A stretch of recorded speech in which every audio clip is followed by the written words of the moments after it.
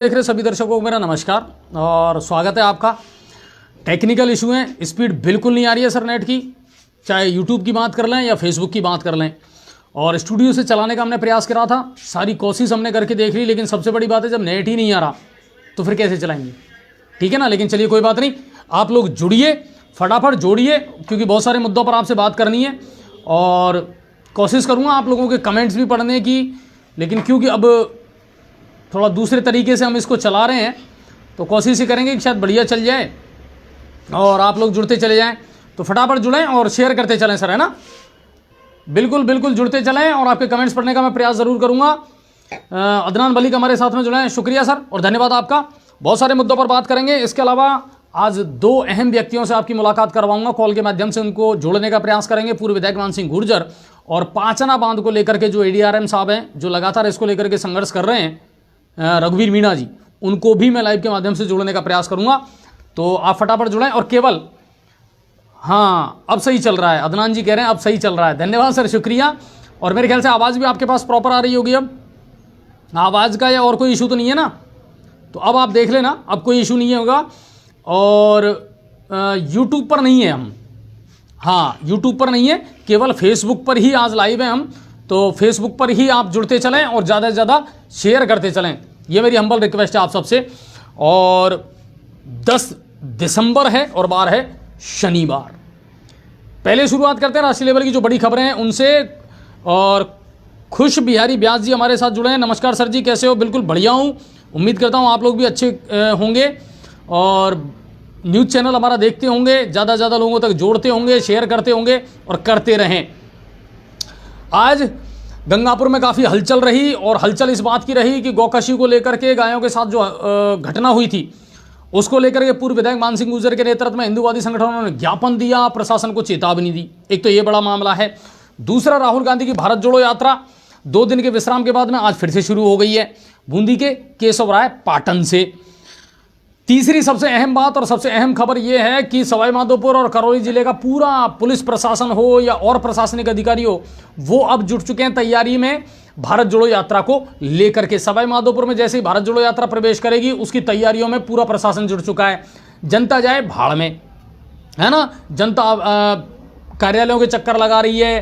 Police अधिकारियों से या प्रशासनिक अधिकारियों से जब हम बात करते हैं तो कहते हैं कि साहब माधोपुर है, ड्यूटी यहाँ पर लगी हुई है।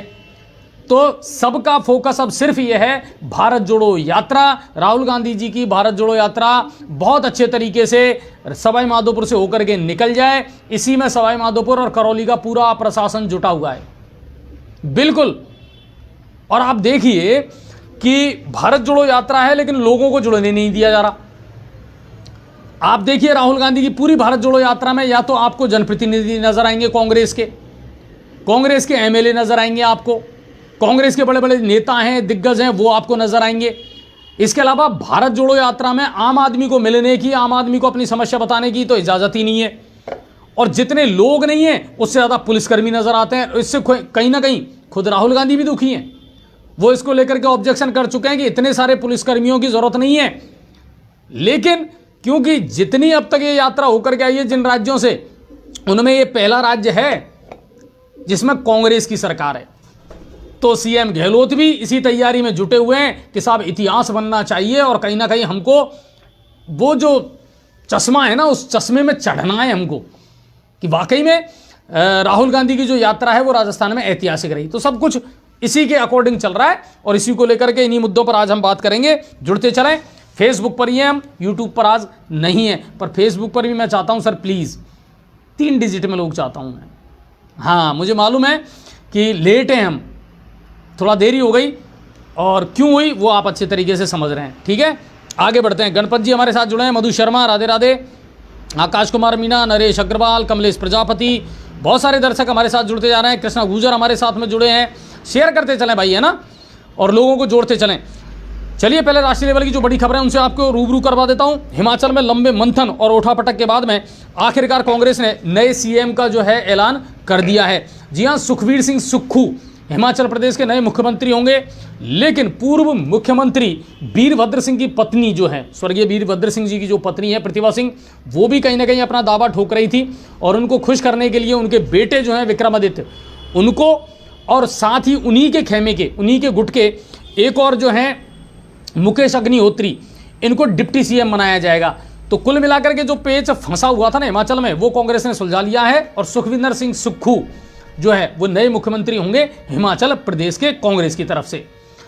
केरल हाईकोर्ट ने आज एक अहम बात कही है, बड़ी बात है, और अहम बात यह कही है कि आपसी सहमति से तलाक की याचिका के बाद भी अगर 1 साल तक अलग रहने की शर्त कानून लगाता है पति पत्नी के बीच में, तो यह असंवैधानिक है।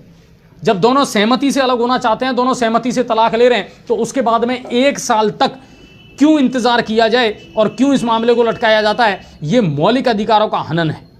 यह कहा है केरल हाई कोर्ट ने। डाइवोर्स एक्ट का यह नियम मौलिक अधिकारों का हनन है, यह कहना है केरल हाई कोर्ट का। भाजपा गुजरात में जीत के बाद यही फार्मूला अब राजस्थान में भी लागू करेगी, और जैसे ही इसका ऐलान हुआ, राजस्थान के बहुत सारे जो नेता हैं, बहुत सारे भाजपा के ऐसे कद्दावर नेता जो टिकट मांग रहे थे या टिकट मांगने की दौड़ में थे, अब उनकी मुश्किलें बढ़ गई, चिंता बढ़ गई। और चिंता क्यों बढ़ी है? दरअसल भारतीय जनता पार्टी ने यह स्पष्ट कर दिया है कि मौजूदा 71 में से लगभग 40 जो विधायक हैं उनके टिकट काटे जाएंगे, उनके टिकट काटे जाएंगे। 200 विधानसभा सीट वाली राजस्थान में से लगभग 100 नए चेहरे होंगे। तो आप समझ सकते हैं। इसके अलावा और भी फार्मूला है, 10,000 से अधिक वोटों से अगर अंतर से कोई हारा है तो उसको टिकट नहीं मिलेगा। और भी कई चीजें हैं, कई शर्तें हैं जो गुजरात में अपनाई गई थी, और उसी फार्मूले को भारतीय जनता पार्टी राजस्थान में अप्लाई करेगी। और अगर ऐसा करती है तो मैं बता रहा हूं आपको, बहुत सारे जो टिकट मांगने वाले आशार्थी है ना, उन पर घास गिरेगी, बहुतों की टेंशन बढ़ने वाली है, और Bharatiya Janata party strongly decision लेगी। लंपी वायरस, जी हां, आप भी नहीं भूले होंगे, हम भी नहीं भूले हैं, और इस समय तो गायों का मुद्दा गंगापुर सिटी में बहुत तेजी से चल ही रहा है। लंपी वायरस को लेकर के राज्यसभा में आज एक रिपोर्ट पेश की गई थी, और रिपोर्ट में यह बताया गया था कि पूरे देश भर में 1,55,000 मवेशियों की लंपी वायरस से मौत हुई है, और इसमें से 50% से ज़्यादा जो मवेशी हैं वो अकेले राजस्थान में मरे। सबसे ज़्यादा मौतें जो हुई हैं वो राजस्थान में हुई है। शेयर कम कर रहे हो भाई, हाँ शेयर कम कर रहे हो, बहुत कम लोग जुड़े हो, ठीक है ना। ज़्यादा से ज़्यादा लोग जुड़ो, शेयर करते चलो। यूट्यूब पर नहीं है आज, केवल फेसबुक पर है, और मेरे ख्याल से अब कोई व्यवधान नहीं आ रहा होगा, है ना। फेसबुक पर अच्छा चल रहा है, और अब तक 29,45,000 मवेशी इससे संक्रमित हो चुके हैं। वहीं 25 लाख से ज़्यादा जो मवेशी हैं वो ठीक भी हो चुके हैं लंपी वायरस से। फिलहाल ये कंट्रोल में है, और 6,28,00,000 वैक्सीनेशन कर दिया गया है मवेशियों का। ये जवाब आज राज्यसभा में दिया गया था लंपी वायरस को लेकर के। और सबसे बड़ी बात ये कही थी कि इसके सबसे ज़्यादा केसेज जो आए हैं वो राजस्थान में आए हैं, और उसके बाद में दूसरा नंबर आता है महाराष्ट्र का, जहां मवेशियों में ये लंपी वायरस तेजी से फैला है। लेकिन अभी स्थिति कंट्रोल में है।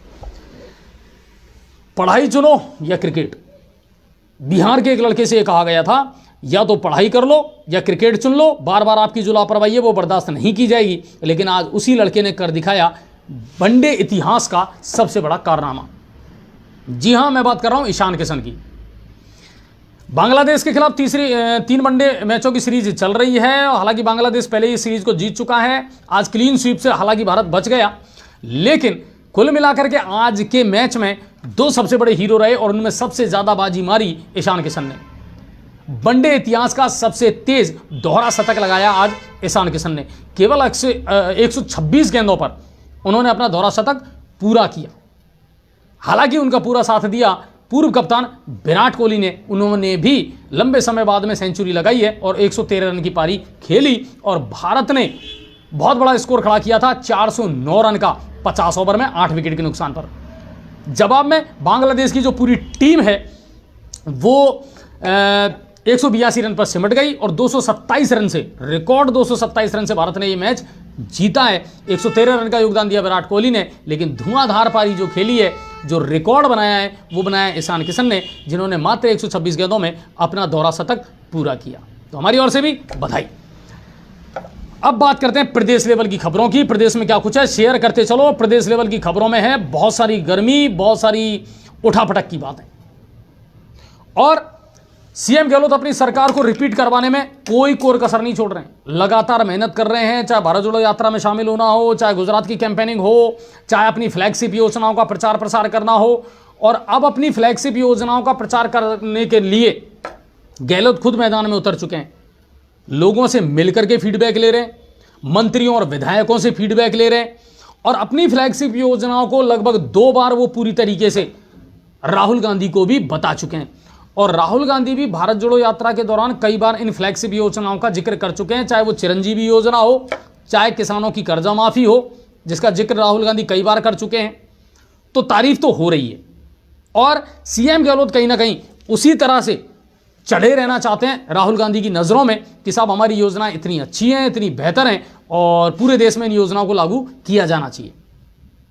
इसको लेकर के राहुल गांधी आने वाले दिनों में भारत जोड़ो यात्रा जब अलवर पहुंचेगी तब इसको लेकर के और भी जो है जनता को संबोधित करेंगे।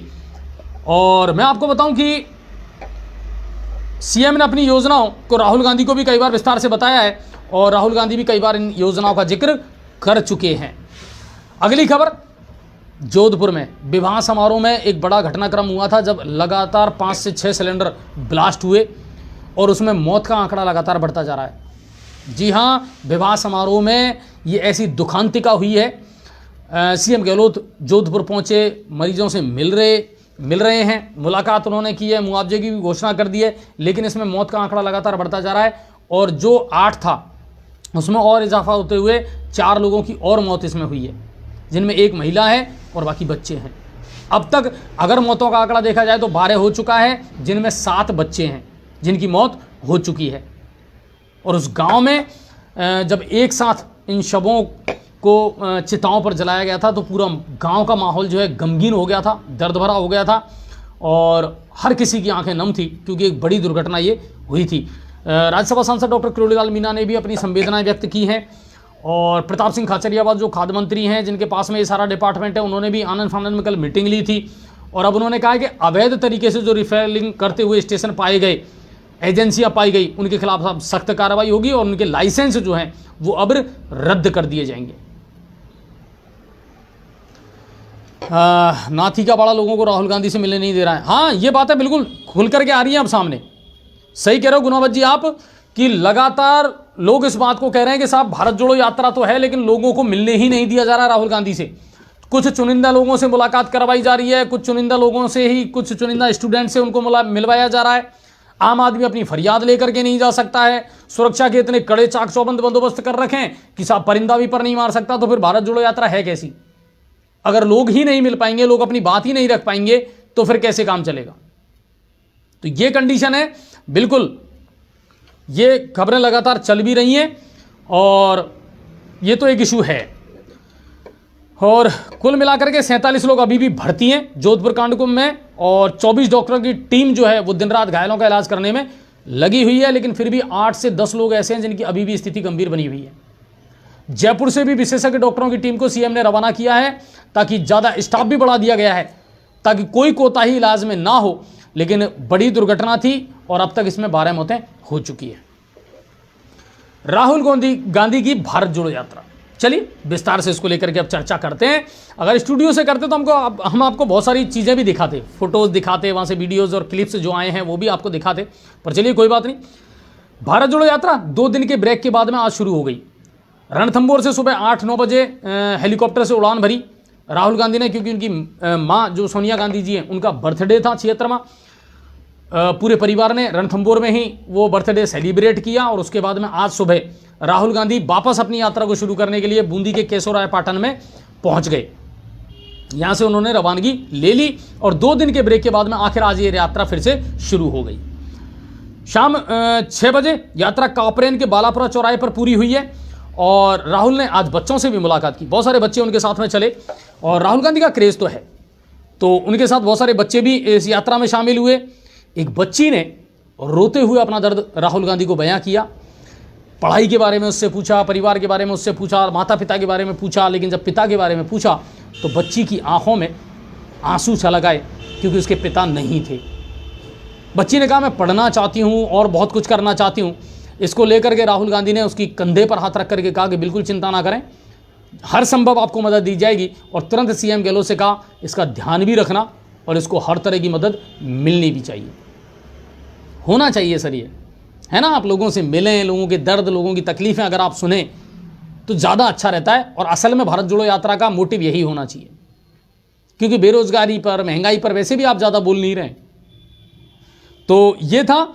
और बूंदी के कापरेन में युवाओं ने भी आज जैसे ही राहुल गांधी की यात्रा वहां पहुंची तो नारेबाजी की, भर्ती घोटालों को लेकर के, ठीक है ना। इसके अलावा कार्तिक भील को न्याय देने को लेकर के बहुत सारे बैनर और पोस्टर उन्होंने हाथ में ले रखे थे, क्योंकि राहुल गांधी की यात्रा में सुरक्षा के इतने कड़े इंतजाम थे। लेकिन वो लोग जो हैं छतों पर खड़े होकर के बैनर और पोस्टर दिखा रहे थे जिन पर राहुल गांधी की नजरें पड़ी। राहुल गांधी ने उन बैनरों को और पोस्टरों को देखा है।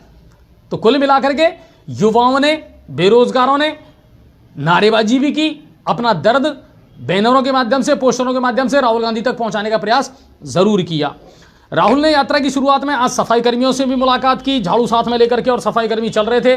मेरे पास सूचना आई कि आज गंगापुर सिटी नगर परिषद से भी जितने भी सफाई कर्मचारी हैं ना, उनको भी भेज दिया वहां पर सवाई माधोपुर में। कुल मिलाकर के पूरा पुलिस प्रशासन हो या जितने भी कर्मचारी हैं, उन सबको ड्यूटी पर लगा दिया गया है राहुल गांधी की भारत जोड़ो यात्रा को लेकर के, सवाई माधोपुर में जो 12 तारीख को प्रवेश करने वाली है। तो उनसे भी आज उन्होंने मुलाकात की, कुछ समय तक उनके साथ भी चले। कुछ दिव्यांगों से भी आज उन्होंने मुलाकात की है। सुबह लगभग 10 बजे वो रणथंभौर से हेलीकॉप्टर के माध्यम से पहुंचे थे बूंदी के केशवरायपाटन में। 12 दिसंबर को राहुल गांधी की जो यात्रा है वो विशेष रूप से सिर्फ महिलाओं के लिए रहेगी, सिर्फ महिलाएं उसमें शामिल होंगी। पहले इसका प्लान पहले था, लेकिन उसको कैंसिल कर दिया गया, चेंज कर दिया गया। और अब 12 तारीख को, 12 दिसंबर को जो राहुल गांधी की यात्रा होगी उसमें सिर्फ और सिर्फ महिलाओं को ही शामिल किया जाएगा और प्रियंका गांधी भी उसमें शामिल होंगी। तो कुल मिलाकर के राहुल गांधी की जो भारत जोड़ो यात्रा है उसको रेस्पॉन्स बहुत अच्छा मिल रहा है, लोग अच्छे खासे तरीके से उसमें जुड़ भी रहे हैं और फीडबैक भी लगातार राहुल गांधी ले रहे हैं। लेकिन सबसे बड़ी बात यह है कि कुछ चीज़ें ऐसी हैं जो कचौटती हैं, आम आदमी को मिलने नहीं दिया जा रहा है, सुरक्षा के कड़े इंतजाम किए जा रहे हैं। दूसरी बात, यात्रा के नाम पर जो पैसे की बर्बादी हो रही है, यात्रा के नाम पर जो करोड़ों रुपए खर्च किए जा रहे हैं, उसका कोई भी समर्थन नहीं करेगा, कोई भी समर्थन नहीं करेगा। सड़कें चकाचक होना है, व्यवस्थाओं को अमली जामा पहनाना है, व्यवस्थाएं चाक चौबंद करना है, इसके अलावा पूरे प्रशासन को वहां लगा देना, आम जनता के काम इससे प्रभावित हो रहे हैं। लेकिन कुल मिलाकर के यात्रा को रेस्पॉन्स अच्छा मिल रहा है, इसमें कोई शक नहीं है।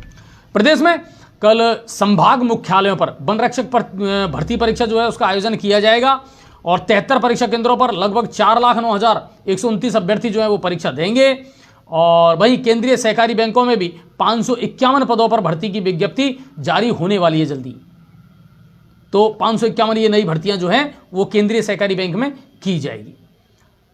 सांसद किरोड़ी लाल मीणा, संजय जी कह रहे हैं अजय जी हालत बहुत खराब है कांग्रेस की, भीड़ इकट्ठा करने के लिए भी सभी कर्मचारियों को बुलाया जाता है। हाँ बिल्कुल, सीएम की जो सभा गंगापुर सिटी में हुई थी उसका तो मैंने आपको पूरा विश्लेषण बता ही दिया कि हाँ यहां भी आंगनबाड़ी कार्यकर्ताओं को मनरेगा में जो लगी हुई है उन महिलाओं को इकट्ठा किया गया था। मोहनलाल जी कह रहे हैं मोदी जी के तो 15 लाख रुपए आए नहीं। मोहनलाल जी 15 लाख रुपए का कोई भी वीडियो आपके पास हो तो मुझे भेज देना। बार बार अगर आप जागरूक नागरिक है तो मेरे ख्याल से इस तरह के जो दकियानूसी सवाल आप करते हैं ना, इनको लेकर के मुझे बड़ी हंसी आती है, ठीक है ना। तो वो चीज है, चिरंजीवी स्वास्थ्य योजना लोगों के लिए एक अमृत योजना है। बिल्कुल गुनावत जी, तारीफ करते हैं हम इस योजना की, लोगों का मुफ्त इलाज हो रहा है, लोगों को बहुत फायदा मिला है सर इससे। चिरंजीवी योजना जो है वो वाकई में बहुत अच्छी योजना है, इसका फायदा लोगों को मिल भी रहा है और लोगों के फीडबैक इसको लेकर के बहुत अच्छे आ रहे हैं। देखिए अच्छी योजनाएं जो है ना उनकी तारीफ की जानी चाहिए। आज आप देखो, पहले 10 रुपए में इलाज हो रहा था हॉस्पिटलों में, आज तो वो 10 रुपए भी बंद हो गए। मुफ्त में आपकी जांच हो रही है, मुफ्त में आपको दवाएं मिल रही हैं, तो इससे बढ़िया योजना नहीं हो सकती है। लेकिन इनमें करप्शन ना हो, लीकेज ना हो, बस ये सबसे बड़ी बात है। और इसके अलावा सांसद किरोड़ी लाल मीणा ने आज प्रेस वार्ता की यूसीसी को लेकर के। यूसीसी का मतलब कॉमन जो कानून बनेगा, एक देश एक विधान। तो समान नागरिक संहिता जो है इसका कानून राज्यसभा में पेश भी कर दिया गया है, रख दिया गया है सर। ये देश में रहने वाले प्रत्येक व्यक्ति जाति धर्म के आधार पर किसी के साथ में कोई भेदभाव नहीं किया जाएगा और अब एक देश और एक कानून सभी जाति धर्म और क्षेत्र के लोगों पर लागू होगा। इसको राज्यसभा में पेश कर दिया गया है, रख दिया गया है। अब इस पर चर्चा होगी, उसके बाद में लोकसभा में रखा जाएगा और उसके बाद में फिर राष्ट्रपति के पास में इसको भेजा जाएगा। और आज उसी पर चर्चा की थी और उन्होंने कहा कि गहलोत सरकार पर तुष्टीकरण का आरोप लगाया है डॉक्टर किरोड़ीलाल मीणा ने। उन्होंने कहा कि अल्पसंख्यक के कारण बहुसंख्यक इन दिनों राजस्थान में से पलायन कर रहे हैं। करौली जैसी घटनाओं का भी उन्होंने उदाहरण दिया है कि पीएफआई को बैन नहीं किया जाता है, पीएफआई की रैली और नारों पर कोई प्रतिबंध राजस्थान सरकार नहीं लगाती है, लेकिन हिंदू समाज के जब कोई धार्मिक आयोजन होते हैं तो सरकार अलग से व्यवस्था करती है, सरकार उन पर बैन लगाती है। बहुत सारे मुद्दों पर खुलकर के आज बात की है डॉक्टर किरोड़ीलाल मीणा ने और उन्होंने कहा कि पुलिस जो है बहुसंख्यक समाज की सुनवाई नहीं करती है बल्कि अल्पसंख्यक समाज जो है उसका साथ देती है, उसका समर्थन करती है और बहुसंख्यक समाज कहीं ना कहीं अब अपने आप को हाशिए पर खड़ा पाता है। भ्रष्टाचार को लेकर के भी डॉक्टर किरोड़ीलाल मीणा ने मौजूदा राज्य सरकार की पोल खोली, चाहे भर्ती घोटाले हों, चाहे सरकारी नौकरियों के अंदर व्याप्त गंदगी हो, इनको लेकर के खुलकर के आज डॉक्टर किरोड़ीलाल मीणा बोले हैं। तो ये थी राज्य स्तर की बड़ी खबरें। अब बात करते हैं करौली की और करौली में सदर थाना पुलिस ने आज ट्रैक्टर ट्रॉली चोरी के एक आरोपी को गिरफ्तार किया है। आरोपी जीत कुमार और मीना थाना सलेमपुर जिला दौसा का रहने वाला है। कई सारे मुकदमे इस पर दर्ज हैं, आदतन अपराधी है और 25 से ज़्यादा मुकदमे दर्ज हैं। आरोपी से चोरी का ट्रैक्टर भी बरामद किया है जो 6 मार्च 2020 को माच निवासी राम लखन का चोरी हुआ था, तो उसको आज गिरफ्तार किया है सदर थाना पुलिस करौली ने। हिंडौन में दूषित पेयजल के मामला है ना, 2 लोगों की मौत भी हो गई, पूरे प्रदेश भर में इसको लेकर के हड़कंप मच गया था। जलदाय मंत्री महेश जोशी ने भी इसको लेकर के एक्शन लिया था, जांच करवाई गई, टंकियों की सफाई करवाई गई, पाइपलाइनें बदली गई हैं और इलाज सबका किया गया। जांच रिपोर्ट भेजी गई जयपुर और करौली की लैब में और आप ताज्जुब करोगे कि वहां से जो जांच रिपोर्ट आई है उसमें शुद्ध बताया गया है पेयजल को, पीने का पानी बिल्कुल शुद्ध बताया है। और इसको लेकर के भी अब जितने मुंह उतनी चर्चाएं। यह मुद्दा अभी भी हिंडौन में गरमाया हुआ है और क्यों गरमा रहा है कि साहब फिर ये मौत किससे हुई? भाई आप अगर ये कह रहे हैं कि पानी बिल्कुल शुद्ध था, पानी में कोई खामी नहीं थी, तो फिर ये मौतें किससे हुई? उल्टी दस्त के जो मरीज आए जिनमें फूड पॉइजनिंग हुई थी या कोई और मामला हुआ था, ये केसेस कैसे आए फिर अगर पानी शुद्ध था तो इसको लेकर के भी अब कहीं ना कहीं लोग आक्रोशित हैं। वो कह रहे हैं कि ये झूठी रिपोर्ट है, प्रशासन की मिली भगत के वजह से लीपापोती करके और इस तरह की जो झूठी रिपोर्ट है वो पेश की गई है। बाकी पूरा दोष जो है वो दूषित पेयजल का है। तो देखते हैं अभी इसको लेकर के और आगे क्या होता है, क्योंकि वहां के जो विधायक हैं, नगर परिषद के सभापति हैं, वो अभी राहुल गांधी की भारत जोड़ो यात्रा में ज्यादा बिजी हैं। आज उन्होंने अपने निवास पर बैठक की, भरोसीलाल जाटव जी ने, उनके पुत्र भी वहीं मौजूद थे, ब्रजेश जाटव जो सभापति हैं नगर परिषद हिंडौन सिटी के, और ज़्यादा से ज़्यादा लोगों को भारत जोड़ो यात्रा में शामिल होना है, क्या उसकी भूमिका रही, इन सारी चीज़ों पर चर्चा हुई। लेकिन भरोसीलाल जी आपका एक जवाब, एक शब्द अभी तक ये जो दूषित पेयजल वाली घटना थी इसको लेकर के नहीं आया। सड़कों का आप अपना रिपोर्ट कार्ड हमको दे दीजिए। और जो सभापति है ना ब्रजेश जी, उनसे भी मैं कहना चाहूंगा, सभापति महोदय अगर आप पर हिंडौन नहीं संभल रहा है तो इसे भी नाथी का बाड़ा मत बनाओ, रिजाइन दो और अपने घर बैठो, क्योंकि आप पिता पुत्र से हिंडौन नहीं संभल रहा। और ये हिंडौन की मजबूरी है, हिंडौन के लोगों की मजबूरी है कि वो आपको झेल रहे हैं। बिल्कुल स्पष्ट कह रहा हूं मैं इस बात को, कोई बयान आपका नहीं आता विकास की, किसी ना आप जनता से मिलते हो, ना आप मीडिया से मिलते हो, ना आपका कोई वक्तव्य विकास के कामों को लेकर के आता है। आज खबर आई है कि साहब भारत जोड़ो यात्रा को लेकर के मीटिंग की है, ज्यादा से ज्यादा लोगों को उसमें जोड़ना है। ऐसे जनप्रतिनिधियों से तो अच्छा ही है कि जनप्रतिनिधि हो ही ना तो ज्यादा बेहतर है। और चीजें आपको हिंडौन में नजर ही नहीं आती, सड़कें, गंदगी, नगर परिषद का हाल बेहाल, वो चीजें आपको नजर नहीं आती। भारत जोड़ो यात्रा पर फोकस पूरा है आपका। तो हिंडौन बिल्कुल दुर्दशा का शिकार है। और जो रिपोर्ट आई है दूषित पेयजल की, उसने भी कहीं ना कहीं प्रश्नवाचक चिन्ह लगा दिया है प्रशासनिक अमले पर। आगे बढ़ते हैं और बालघाट थाना क्षेत्र के मूडिया रोड स्थित पेंचला चौराहे पर एक बाइक सवार युवक के साथ मारपीट करके कुछ लोगों ने और 50,000 रुपए लूटने की घटना को अंजाम दिया है। बताया जा रहा है कि उसी के गांव के रहने वाले थे ये आरोपी, जिनकी पहचान उसने की है, और ये कल शाम की घटना है जब वो अपने घर लौट रहा था तब इस वारदात को अंजाम दिया गया है और बालघाट थाने में मामला दर्ज करवा दिया गया है। वहीं बालघाट पुलिस ने भी आज एक बड़ी कार्रवाई करते हुए अवैध शराब के खिलाफ बड़ी कार्रवाई की है और पुलिस ने लपावली गांव का एक खेत था, उसमें देसी और अंग्रेजी शराब के 48 कॉटन जो अवैध पेटी जो है अवैध शराब सहित एक आरोपी को गिरफ्तार किया है। पुलिस ने 48 पेटी बरामद की और आरोपी कुम्हेर गुजर निवासी मेडे का पुरा थाना नादोती को दबोचा है। दूसरा आरोपी अमृत गुजर, जिस पर बहुत सारे मुकदमे दर्ज हैं और पहले 2022 में ही मार्च में उसके घर पर जब छापा मारा गया था तो अवैध शराब, नकली शराब बनाने के उपकरण जो हैं वो भी बरामद किए थे पुलिस ने, तो वो अभी फरार है। भारत जोड़ो यात्रा को लेकर के विधायक भरोसीलाल जाटव के आवास पर आज बैठक हुई। 12 दिसंबर को विधायक के नेतृत्व में लोग भारत जोड़ो यात्रा में शामिल होने के लिए जाएंगे और सभापति ब्रजेश जाटव ने भी इस यात्रा को एकता का प्रतीक बताया। बहुत बढ़िया साहब कि आपका कोई बयान तो आया है ना, आपने इसको एकता का प्रतीक बताया, बहुत अच्छी बात है। भारत जोड़ो यात्रा पर आपका कॉन्सेंट्रेट होना चाहिए, ये भी अच्छी बात है। लेकिन ये जो जनता है ना हिंडौन की, है ना, ये भी आप ही की तरफ देख रही है। कभी इनके लिए भी दो शब्द बोल देते, कभी हिंडौन के विकास के लिए भी दो शब्द बोल देते, कभी हिंडौन की योजनाओं के लिए, वार्डों के लिए जो काम चल रहे हैं नहीं चल रहे हैं इनके लिए भी दो शब्द बोल देते। नहीं बोला जा रहा आपसे, है ना। तो ये जनता देख रही है और सब समझ भी रही है। चलिए अब बात करते हैं सवाई माधोपुर की, लेकिन करौली की बात करने से पहले पाचना के मैटर को लेकर के जो एडीआरएम है, जो लगातार इसको लेकर के संघर्ष कर रहे हैं, उनसे भी हम आपकी बातचीत करवा देते हैं, क्योंकि पाचना को लेकर के अदालत ने फिर से नोटिस जारी किया है, फिर से फैसला दे दिया है और 21 दिन का समय प्रशासन को दिया है कि 21 दिन के अंदर अंदर बांध जो पाचना का पेच है उसको सुलझाए और पानी यथास्थिति नहरों में शुरू किया जाए, अन्यथा इसे कोर्ट की अवमानना माना जाएगा। 21 दिन का टाइम दिया है। तो इस पर विस्तार से जो जानकारी है वो हमें एडीआरएम रघुवीर जी जो लगातार इसको लेकर के संघर्ष कर रहे हैं वो ज़्यादा बेहतर दे पाएंगे कि सर इसको लेकर के क्या दिशा निर्देश तो अब आए हैं और आगे की रणनीति क्या रहेगी, क्या प्रशासन इसको लेकर के अब आगे कोई कार्रवाई करेगा या नहीं करेगा, और अगर नहीं करता है तो क्या इसे अदालत की अवमानना माना जाएगा। रघुवीर सर नमस्कार। हाँ नमस्कार। नमस्कार, कैसे हैं सर आप?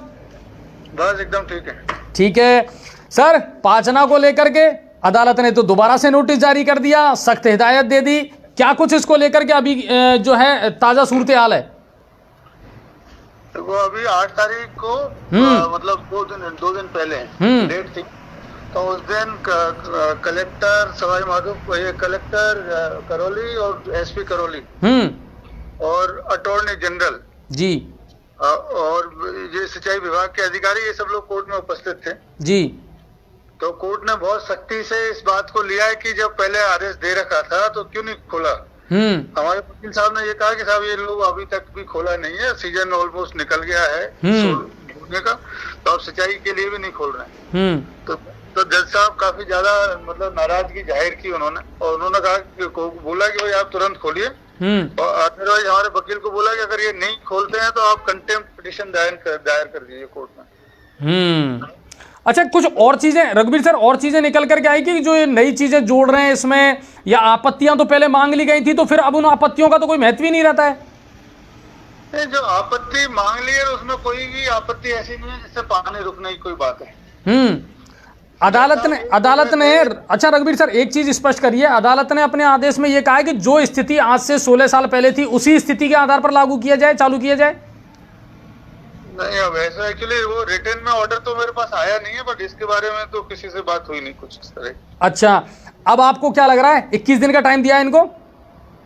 नहीं, जज साहब ने ये कहा कि ये केस को फिर से 3 सप्ताह बाद में वो लाए, तो 21 दिन का टाइम नहीं दिया है सच। वो दोबारा अगर ये लोग 21 दिन में नहीं खोलेंगे तो इनके अगेंस्ट कंटेम्प्ट लग जाएगा। ओके, मतलब 21 दिन के अंदर अंदर प्रशासन को अब इसको लेकर के कहीं ना कहीं कदम उठाने पड़ेंगे। हाँ, मतलब उसके बाद उस दिन चीफ सेक्रेटरी ने भी मीटिंग रखी और प्रिंसिपल होम सेक्रेटरी ने भी मीटिंग रखी। अगले दिन फिर इन्होंने मीटिंग रखी, तो इस समय और अब मेरे को ये भी पता लगा है कि कई लोगों को नोटिस भी सर्व कर दिए गए हैं पाबंद करने के लिए, जो इसमें अड़ंगा लगा रहे हैं। हाँ, उनके विरुद्ध। चलिए, अब आपको कहीं लगता है रघुवीर सर कि अब संभागीय आयुक्त या जिला कलेक्टर को इस मामले में लगभग ये फ्री हैंड मिल चुका है कि वो अदालत की आड़ में कम से कम अब इसको शुरू करवा सकते हैं? अब कोई बहाना तो नहीं है? नहीं, उनके पास ऑलरेडी फ्री हैंड है, उनको अपनी जिम्मेदारी निभानी चाहिए। अब आपको उम्मीद लग रही है कि जब तक राहुल जी आए तब तक तो शायद कुछ नहीं हो पाएगा अभी तो? हाँ, शायद प्रशासन मतलब अपने हिसाब से, मैंने डीसी से बात करी थी, संभागीय आयुक्त से, तो उन्होंने ये कहा था कि उन्होंने जो भी असेसमेंट है वो करके भेज दिया कि कितने उनको रिक्वायरमेंट रहेगी क्या क्या चीजों की। तो वो एक बार ऊपर के लेवल पे निर्णय होने के बाद ही फिर कुछ होगा। चलिए, लेकिन उम्मीद ये करते हैं सर कि अब कम से कम सारी स्थिति जो पिक्चर है, वो तस्वीर जो है वो क्लियर हो चुकी है। अब तो कहीं ना कहीं प्रशासन की ही जो मानसिकता है उस पर डिपेंड करता है। हाँ, नहीं, वो प्रशासन को बिल्कुल, प्रशासन की मानसिकता पहले ढीली थी, तो उसको हम लोग जितना कोशिश कर रहे हैं कि वो सही हो जाए। और मेरे को तो उम्मीद है कि बिल्कुल पानी खुल जाना चाहिए जल्दी से। नहीं, बिल्कुल आपके संघर्ष की और किसानों के संघर्ष की जीत जरूर होगी रघुवीर सर इसमें। और मुझे लगता है कि कहीं ना कहीं ये बहुत जरूरी है, इसको किसी भी जाति धर्म से जोड़ करके ना देखा जाए, बल्कि एक किसान का हित है इसमें। नहीं, जाति का जोड़ने का कोई मतलब नहीं है इसमें। जो लोग इसको नहीं खोलने दे रहे हैं उसका तो मैं एक बात और ये बताना चाहूंगा आपको कि जब ये गुडला लिफ्ट बनी थी, बन रही थी 2010 से, तो वहां पे साइड पर एक बोर्ड लगा हुआ था। तो बोर्ड में स्पष्ट रूप से अंकित था कि ये 13 गांवों की 1978 हेक्टेयर भूमि के लिए ही बनाई जा रही है, 200 MCFT कैपेसिटी की डेड स्टोरेज से। जब 10 साल तक उन लोगों को ये बोर्ड नहीं दिखा कि इसमें क्या लिखा है, क्या बन रहा है तब भी नहीं दिखा। और अब अचानक बात करने लगे कि हमको 39 गांवों के चाहिए, ये इस तरह की बातें हैं। तो ये बेसिकली ना समझी की बात है, ऐसा इनको नहीं करना चाहिए। और जितना जो पानी मिल रहा है उस पानी का ये भी उपयोग करें जो आसपास के लोग हैं, और कमांड एरिया में भी रिलीज करने दें। नहीं, बिल्कुल। और रघुवीर सर, ये तो देखिए, जब अदालत ने आपको पहले ऑब्जेक्शन लगाने के लिए टाइम दिया था तब भी आपने कोई आपत्ति दर्ज नहीं करवाई, तो अब इन चीजों का कोई महत्व ही नहीं है। नहीं, जज साहब ने यही बोला कि भाई देश ऐसे थोड़ी चलेगा आंदोलनों से या धरनों से, कि जिसको प्रॉब्लम है हमने टाइम दिया वो क्यों नहीं आता यहाँ पे बात करने के लिए। जिसको दिक्कत है वो यहाँ बात करे ना। बिल्कुल, वहाँ थोड़ी बात होगा इस तरह से। तो उम्मीद यही कर रहे हैं सर कि सख्ती से मतलब आदेश दिए हैं, देखते हैं। जी बिल्कुल बिल्कुल। तो कम से कम हमारी सबकी नजरें बनी रहेंगी और इंतजार रहेगा कि कब वो 5 आना का गेट खुले और कब से वापस नहरों की जो कोख है वो हरी हो जाए। हाँ, नहीं, जल्दी खुल जाएगा, मेरे को तो लग रहा है। चलिए, बहुत बहुत धन्यवाद रघुवीर सर हमसे जुड़ने के लिए। ठीक है। तो उम्मीद की रोशनी कायम है और 5 आना का पेज जरूर सुलझेगा, क्योंकि अदालत ने इसमें पूरी तरीके से अब सख्ती कर दी है। और सबसे बड़ी बात यह है कि ये एक अच्छे उद्देश्य के लिए है। 16 साल से जो दर्द लोग महसूस कर रहे हैं, जो किसान दर्द महसूस कर रहा है ना साहब, ये उसकी अब पराकाष्ठा है। तो अब तो कम से कम इन चीज़ों को सुधार कर दिया जाए। आगे बढ़ते हैं और अब बात करते हैं सवाईमाधोपुर जिले की। तो कांग्रेस नेता राहुल गांधी 2 दिन के ब्रेक के बाद में आखिर में आज रणथंभौर से वापस अपनी यात्रा के लिए बूंदी रवाना हो गए। इसकी खबर हमने आपको लगा दी थी और मां के साथ जन्मदिन उन्होंने यहाँ मनाया था। वहीं दूसरी तरफ सोनिया और प्रियंका गांधी अभी भी होटल शेरबाग में ठहरे हुए हैं। आने वाले दिनों में वो राहुल गांधी की भारत जोड़ो यात्रा में शामिल हो सकते हैं, जैसा कि सुनने में आ रहा है। टाइगर सफारी का उन्होंने आनंद लिया है और इससे पहले गांधी परिवार 1985 में बच्चन परिवार के साथ में यहाँ आया था और अपनी बहुत सारी यादों को आज ताज़ा किया सोनिया गांधी ने कल। और अचानक एक खबर और आई आज जिसने चौंकाया। हालांकि उसके मायने बहुत सारे निकाले जा रहे हैं और सत्ता के गलियारों में उसकी चर्चा भी है कि आज अचानक सचिन पायलट पहुंचे माधोपुर, लेकिन उन्होंने सोनिया गांधी या प्रियंका गांधी से मुलाकात नहीं की।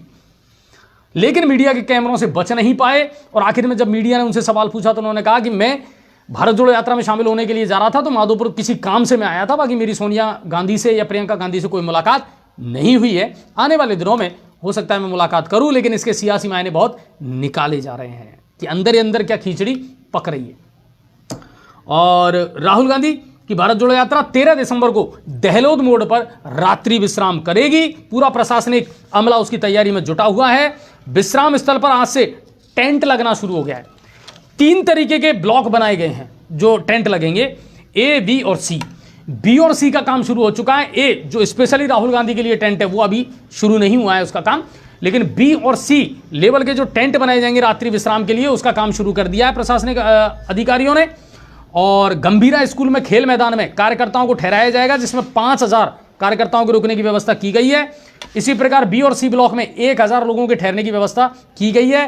अस्थायी ट्रांसफार्मर डीपी, हाँ, जब आम आदमी मांगता है ना तो डीपी नहीं है, तार नहीं है, पोल नहीं है, मीटर नहीं है, लेकिन अब अस्थायी ट्रांसफार्मरों की व्यवस्था कर दी गई है। डीपी लगा दी जाएंगी, 50-50 किलोवाट की जनरेटर की व्यवस्था कर दी गई है। वहीं एसपी जो हैं सुनील कुमार बिश्नोई, उन्होंने पुलिसकर्मियों के साथ में डेमो किया है और पूरी चाक चौबंद व्यवस्था देखी है। कहाँ से गुजरेंगे, कहाँ होकर के जाना है, कहाँ वो ठहरेंगे, किस तरह के खाने पीने की व्यवस्था रहेगी, इन सारी चीज़ों को अंतिम रूप दिया जा रहा है, क्योंकि कोई परेशानी नहीं होनी चाहिए। तो पूरा प्रशासनिक अमला करौली जिले का और सवाई माधोपुर जिले का वहाँ लगा दिया गया है, वहाँ लग चुका है। इसके अलावा गंगापुर सिटी नगर परिषद से भी सारे कर्मचारी जो हैं सफाई वाले वो भेज दिए गए हैं। इसी तरह एक खबर और आई है, खंडार के सिंगौर कला के गांव में लकड़ बग्घे के हमले में 12 भेड़ों की मौत हुई है। गरीब किसान था सर, और उसके बाड़े में घुस करके रात को इस वन्यजीव ने इस घटना को अंजाम दिया। 9 भेड़ें जो है वो गंभीर रूप से घायल हैं और 12 की मौत हो चुकी है। तो ये एक वज्रपात एक किसान के घर हुआ है खंडार के सिंगौर कला में। अब बात करते हैं गंगापुर सिटी की। और गंगापुर सिटी, तो गंगापुर सिटी में तो आज जम करके साहब हंगामा रहा, गौ सेवकों का, हिंदू संगठनों का। और इसमें से जो बातें निकल करके सामने आई, उसमें सबसे इंपॉर्टेंट बात तो यह है कि आखिर ये जो मामला चल रहा है ये कितने सालों से चल रहा है, कितने टाइम से चल रहा है, क्या अंधेरगर्दी चल रही है, क्या गाय का बीफ निकाला जा रहा है, क्या गाय को काटा जा रहा है, क्या गाय का मांस परोसा जा रहा है होटलों में, कई सारे सवाल हैं। अब जाकर के वहां प्रशासन ने देखा है, आज हमने अधिकारियों से बात की, कह रहे हैं कि साहब 5 मिनट नहीं रुक सकते आप, ये हालत है उस डंपिंग यार्ड की। तो अब से पहले कहां गए थे आप? अब से पहले जाकर के कभी उस डंपिंग यार्ड को क्यों नहीं देखा आपने? और वो ठेकेदार कौन है जिसको लाइसेंस दिया गया था और जो 25 साल से मुर्दा मवेशी का ठेका ले रहा है? आज इसके तथ्य, इसके कागज हमने निकलवाए। मार्च 2022 में इसको ठेका दिया गया था खुली नीलामी के तहत, लेकिन उसके लिए अभी तक उसने ना तो कोई राशि जमा करवाई है, ना ही उसका वर्क ऑर्डर जारी हुआ है। तो फिर ये काम कैसे कर रहा था? कुछ सेकंड का ब्रेक, फटाफट जुड़े, मैं आता हूं चंद सेकंड में, सिर्फ चंद सेकंड में।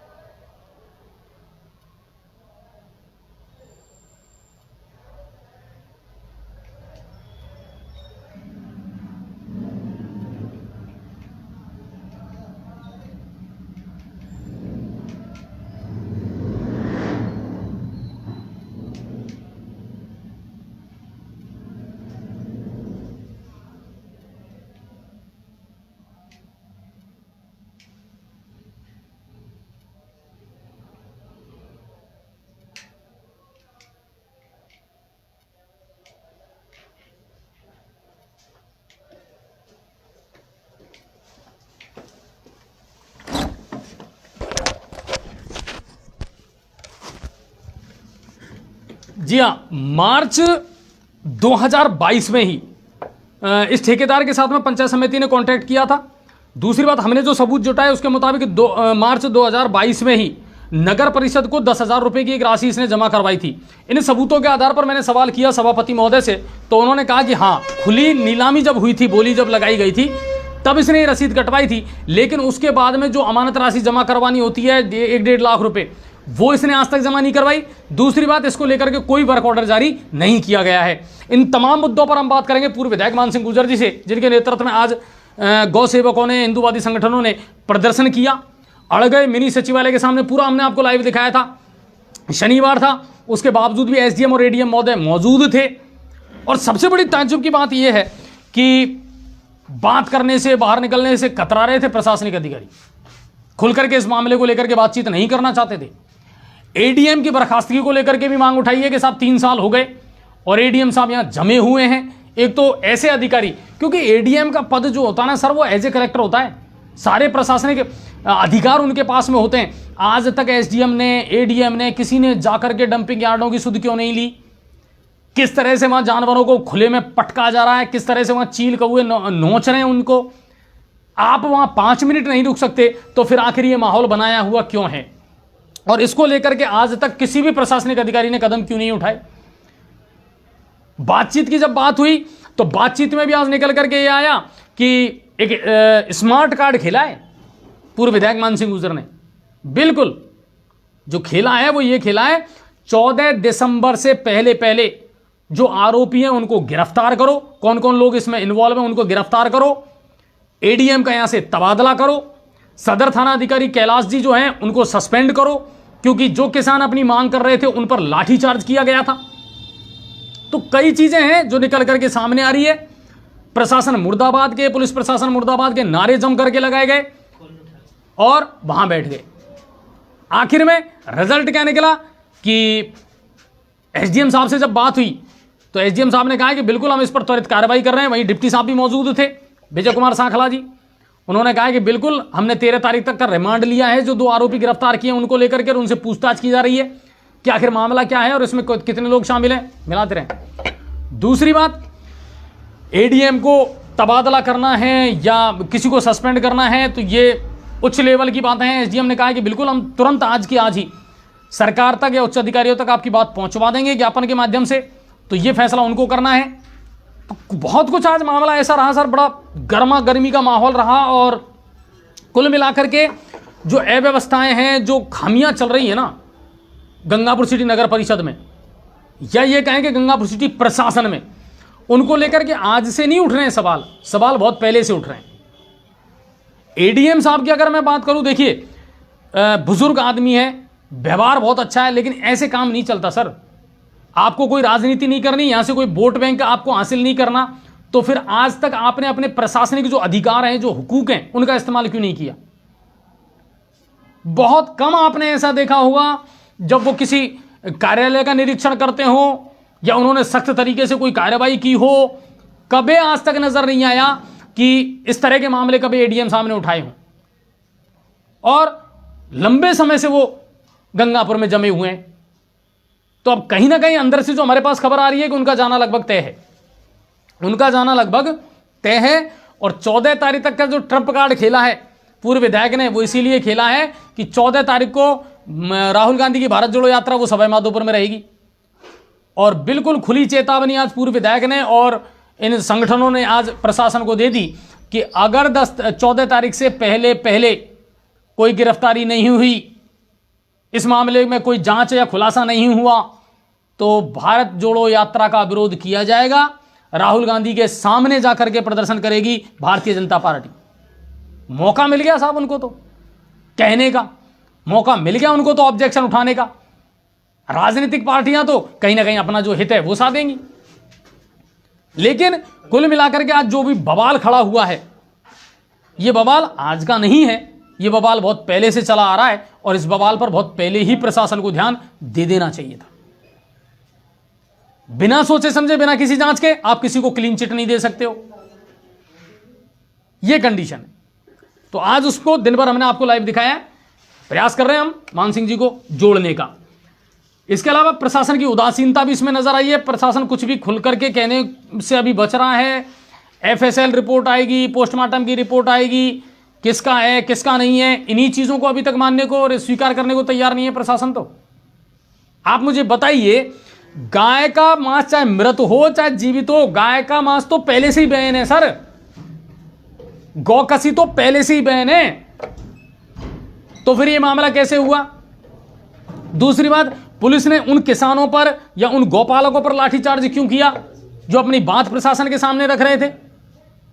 इस तरह के जो मुद्दे निकल करके सामने आए, आज कहीं ना कहीं इनको लेकर के सख्त नजर आए हैं जितनी भी हिंदूवादी संगठन है, पूर्व विधायक हैं, भाजपा के जो कार्यकर्ता हैं, और सख्त लहजे में चेतावनी दी है कि जल्द से जल्द इनका निस्तारण होना चाहिए। मगर सबसे बड़े अफसोस की बात यह है कि विधायक रामकेश मीणा जी का अब तक, मैंने तो किसी मीडिया में नहीं देखा साहब उनका एक भी बयान। इसको लेकर के एक भी शब्द उन्होंने अभी तक नहीं बोला, कोई वक्तव्य उन्होंने जारी नहीं किया। क्यों? क्या आप हिंदू नहीं है? पर उन्होंने तो खुद को हिंदू मानने से पहले ही इनकार कर दिया था। सारे काम तो आप धार्मिक रीति रिवाज जो निभा रहे हो वो तो सारे हिंदुओं के निभा रहे हो आप, और इसमें हिंदू और मुसलमान क्या करेगा? इसके अलावा एक मुद्दा और उठा था आज कि सर जामा मस्जिद पर जो मीट की दुकानें हैं, जो इस तरह की दुकानें चल रही हैं, इनको हटाने के आदेश तो अदालत के द्वारा बहुत पहले दे दिए गए थे, प्रशासन ने आज तक उसका अमली जामा क्यों नहीं पहनाया? एसडीएम साहब बगले झांकते हुए नजर आए कि मुझे तो पता ही नहीं है कितनी मीट की दुकानें इस समय मस्जिद पर या आसपास चल रही है, और अगर अदालत ने उनको हटाने के आदेश दिए तो वो क्यों चल रही हैं? तो इसको लेकर के भी साफ कहा है कि जल्द से जल्द इन सारी चीजों को, क्योंकि देखिए निस्तारण करना जरूरी है, निस्तारण करना जरूरी है। जिनको राजनीति करनी है वो राजनीति करो, जिनको अपनी रोटी सेकनी है वो रोटी सेको। आम आदमी का तो ये है कि साहब सब समाज यहां मिलकर के शांति से रहें, कोई गलत है उसको सजा मिले, बेगुनाह फंसे ना, बस आम आदमी तो यही चाहता है। कल मैं देख रहा था किसी मीडिया में कि वहां जाकर के उन लोगों से मुलाकात की जो इस तरह की दुकान चलाते हैं। उनका कहना था कि साहब हम इस तरह का गोश्त बेचते हैं, इस तरह का मांस बेचते हैं और हलाल करके बेचते हैं। तो उनका भी यही कहना था कि साहब निष्पक्ष जांच हो, जो दोषी हैं बिल्कुल उन पर कार्रवाई होनी चाहिए। लेकिन कुछ लोग ऐसे हैं जो इसमें राजनीतिक रोटियां सेक रहे हैं, वो नहीं होना चाहिए। ठीक है, क्या हुआ? कॉल नहीं उठा रहे हैं, चलिए। तो मान सिंह जी कॉल नहीं उठा रहे हैं, हालांकि उनसे पहले बात हो चुकी थी। और एक और जो बात आज मेरे सामने आई है, आपको याद होगा अच्छी तरीके से, हाड़ौती का एक मामला था जहां एक 14-15 साल का युवक था मस्तराम मीणा, जिसकी हत्या कर दी गई थी और उसका शव जो है ज़मीन में गड़ा हुआ मिला था। और उसको मैंने बुधवार का हमारा जो प्रोग्राम आता है बुधवार के दिन, इंसाफ द क्राइम, उसमें उस मुद्दे को मैंने उठाया भी था। आपको अच्छी तरीके से याद होगा, उसके माता पिता भाई बहनों से मैंने बात आपकी करवाई थी।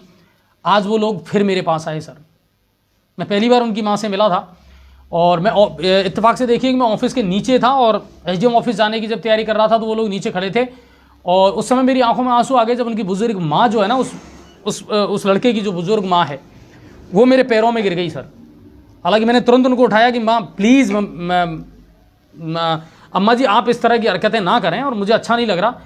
और उनकी आंखों में बहुत आंसू थे सर, और उनका सबसे बड़ा दर्द यही था कि सर मेरे बेटे की मौत का इंसाफ मुझे आज तक नहीं मिल पाया। जिन लोगों ने उसकी हत्या की है, जो नामजद आरोपी हैं, वो आज भी सीना ठोक करके मेरे घर के सामने होकर के निकलते हैं और मैं बेबसी से सिर्फ उनको देखती हूँ, लेकिन मुझे पुलिस के द्वारा आज तक इंसाफ नहीं मिला। मैंने इत्मीनान से उनको ऑफिस में बिठाया, चाय पानी पिलवाया और उनसे ये कहा कि आप भरोसा रखें, इंसाफ ज़रूर मिलेगा। सपोर्टा में इस समय पुलिस उपाधीक्षक लगे हुए मुनीश जी, मैंने पहले भी उनको इस मामले से अवगत करवा दिया था और आज भी मैंने व्यक्तिगत रूप से उनसे बात की कि सर प्लीज़ इस मामले का निस्तारण आप जल्द से जल्द करें।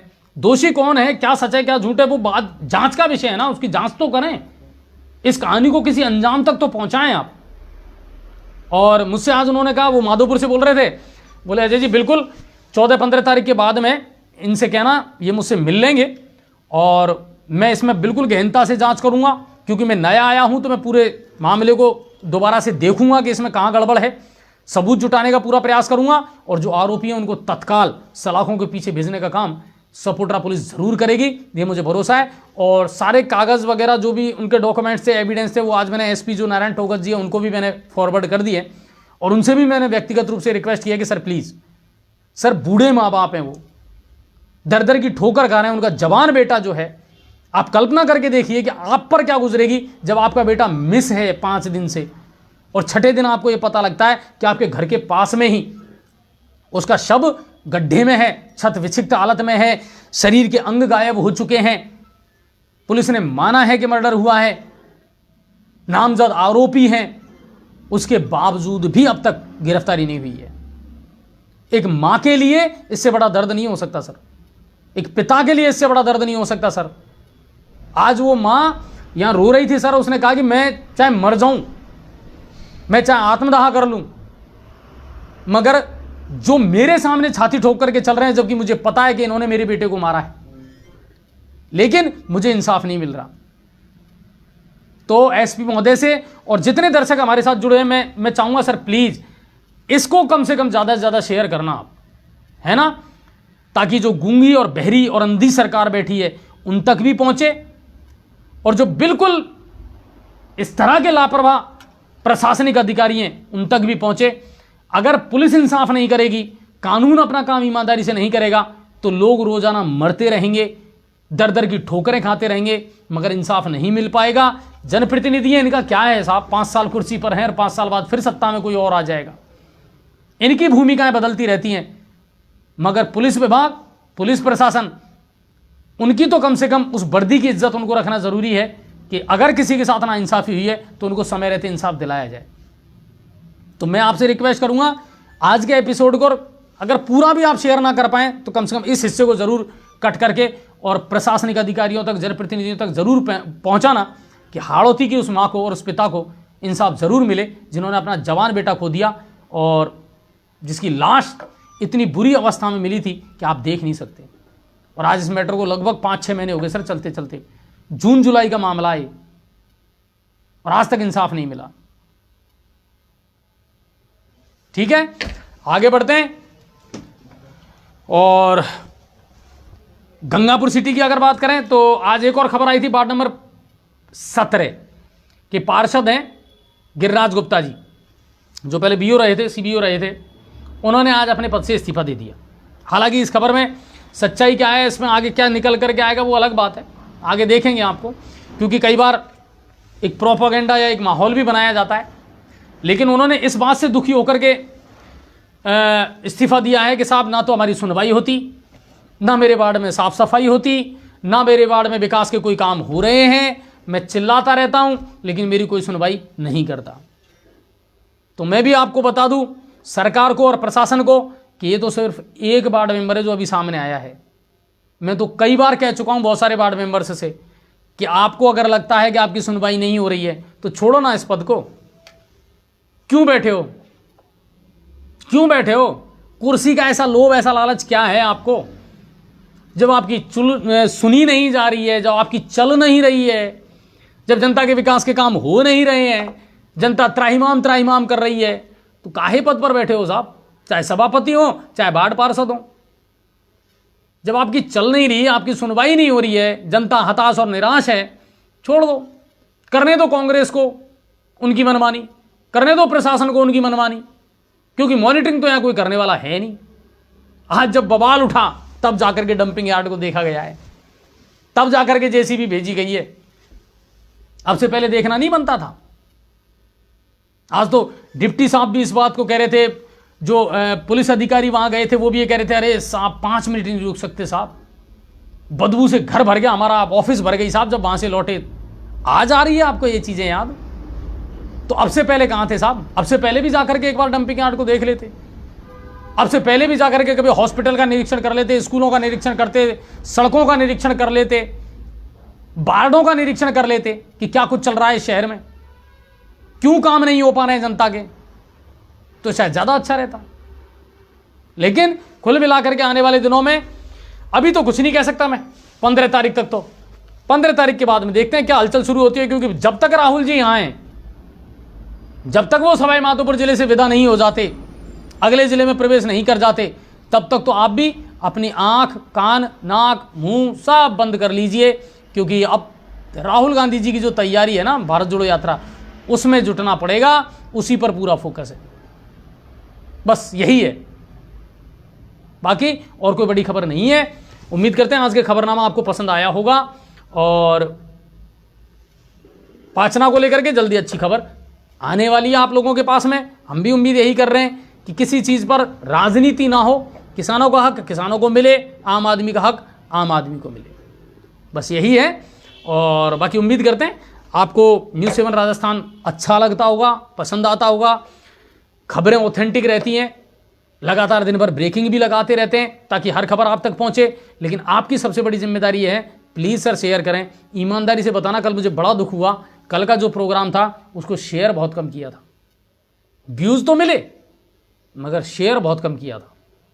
शेयर किया करें सर, और ना सिर्फ खबरनामा को शेयर करें, दिन भर जो भी खबर चलती है उसको ज़रूर से ज़रूर शेयर करें।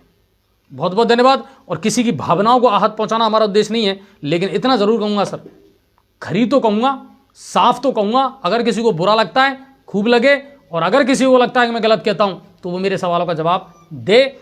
मैं चाहता हूँ बिल्कुल आप लाइव पर आकर के, कोई जनप्रतिनिधि हो, कोई प्रशासनिक अधिकारी हो, अगर वो मेरे सवालों का जवाब देना चाहें तो मैं खुलकर उनसे सवाल जवाब करना चाहता हूँ, लेकिन जवाब तो देने पड़ेंगे सर आपको।